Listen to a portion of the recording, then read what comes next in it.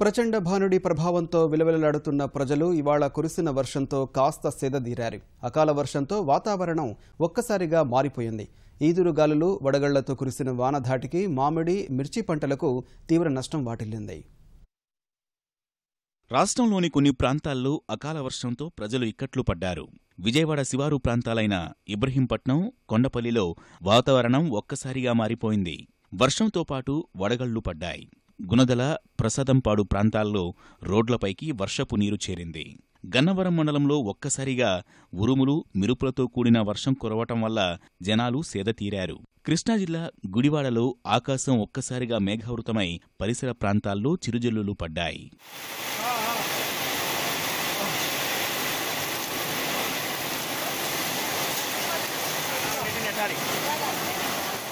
తూర్పుగోదావరి జిల్లాలోని పలు ప్రాంతాల్లో ఈదురుగాలులతో కూడిన వర్షం పడింది. కూనవరం, విఆర్పురం, చింతూరు, మారేడుమిల్లి, రంపచోడవరం, రాజవొమ్మంగి, గంగవరంలో భారీ వానలు పడ్డాయి. వర్షం ధాటికి పోరిళ్లు, రేకుల షెడ్ల పైకప్పులు ఎగిరిపోయాయి. ఏలేశ్వరం, జగ్గంపేట మండలాల్లోనూ వర్షం పడింది. ఏలేశ్వరం మండలం దిబ్బలపాలెంలో వర్షాల ధాటికి రేకుల షెడ్డు కూలిపోయింది. ప్రత్తిపాడు, గండేపల్లి, రంగంపేట, రాజనగరంతో పాటు రాజమహేంద్రవరంలోనూ భారీగా గాలులు వీచాయి. పశ్చిమ గోదావరి జిల్లా జంగారెడ్డిగూడెం, చింతలపూడి పరిసర ప్రాంతాల్లో వడగళ్లతో కూడిన వర్షంతో మామిడి, మిర్చి రైతులు నష్టపోయారు.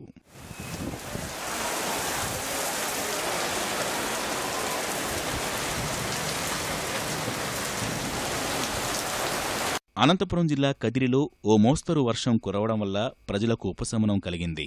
ఖరీఫ్ సీజన్ ప్రారంభానికి ముందు వర్షం కురిసినందున అన్నదాతల్లో ఆశలు రేకెత్తాయి. తెల్లవారుజామున కురిసిన వానతో సేద్యపు నీటి కుంటలు, చెక్ డ్యాములు, వాగుల్లోకి నీరు చేరింది. గత ఏడాది తీవ్ర వర్షాభావ పరిస్థితులతో అవస్థలు పడిన రైతులు వానలు పడటంతో సంతోషాన్ని వ్యక్తం చేస్తున్నారు. ఇదే స్థాయిలో 2-3 రోజులు వర్షాలు పడితే పశుగ్రాసం కొరత తగ్గుతుందని అనంత రైతులు చెబుతున్నారు.